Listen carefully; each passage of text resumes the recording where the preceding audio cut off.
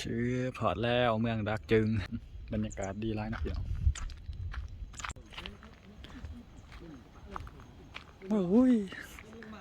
โอ้เห็นผู้เลยทะเลหมอก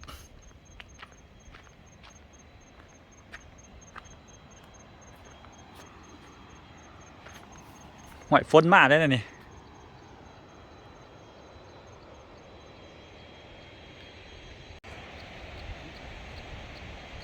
คือเดินไปบรรณหิวเนาะจะไงเนาะลองใส่ซี่นี่บ้าง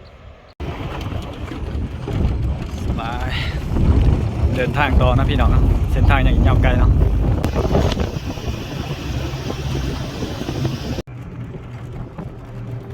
บรรยากาศทางเขาเนี่ย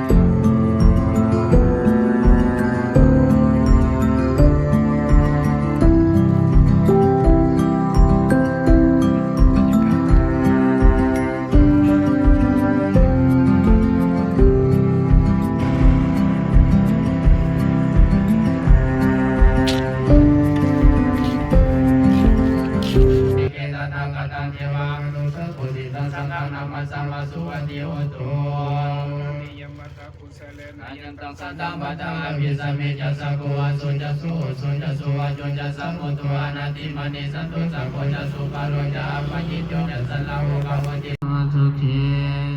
อาวัตุเตบุญญาติกาลสาสัมปะทายาอิวารานะสัมปะตัสสะภะคะวะโตอะระหะโตสัมมาสัมพุทธัสสะ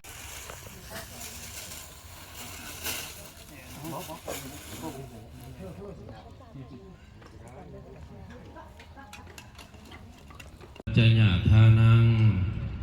สาปริวารังภิกขุสังฆสาโอโนสยามะสาธุโนพันเตภิกขุสังโฆอิมานิและพระภิกขุสงฆ์ขอนิมนต์พระภิกขุสงฆ์จงหาเพื่อประโยชน์และความทรงนอกนำมาหับเอาหากได้หับแล้วจงนำตนไปเกิดสู่สุคติภพโลกสวรรค์ถ้าตกทุกข์ขอให้พ้นจากทุกข์หากได้เสวยสุขแล้วขอให้มีความสุขยิ่งขึ้นไปตราบต่อเท่าเข้าสู่พระนิพพานในอนาคตการเบื้องหน้า สิทธิ์กาลนานเถิดสาธุสาธุสาธุอนุโมทามิ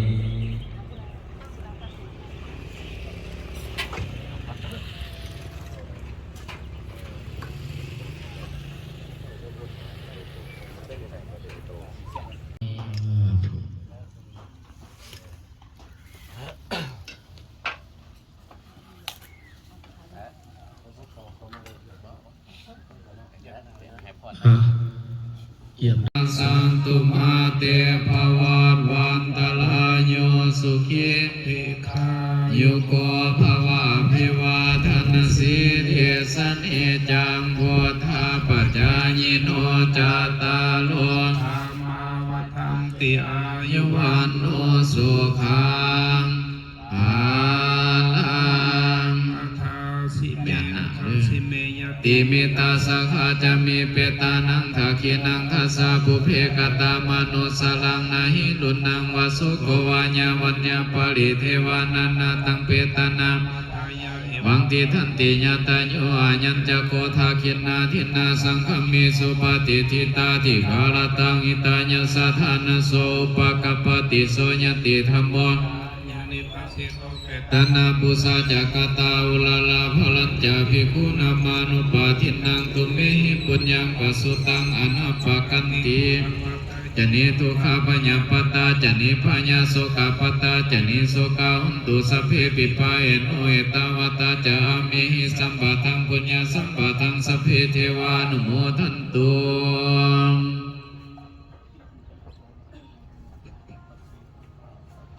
อุกาสวันทามิพันเตสัพพังอปราทังขมาตัมหิพันเต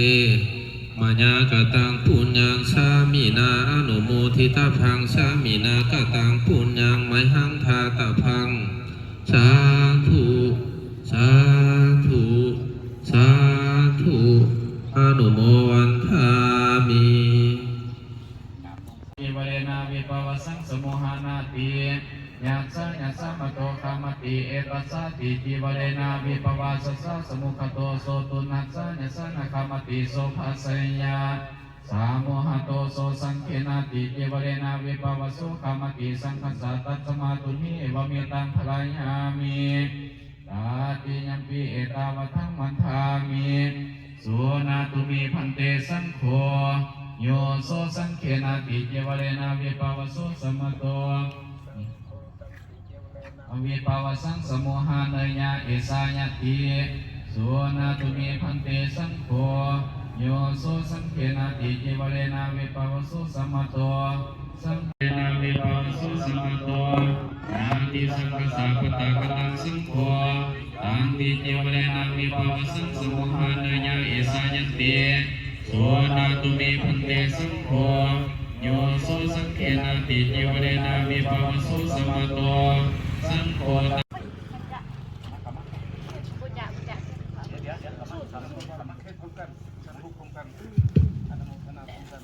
ขมาพอขมาเตรียมสาธุอนุโมทนาบุญกันเด้อนำเจ้าภาพเจ้าศรัทธา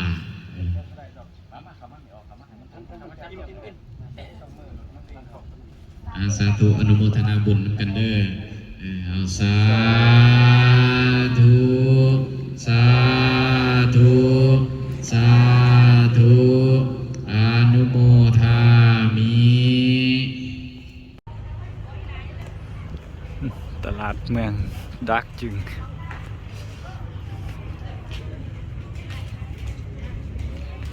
สมเบิ่งสมป่ะ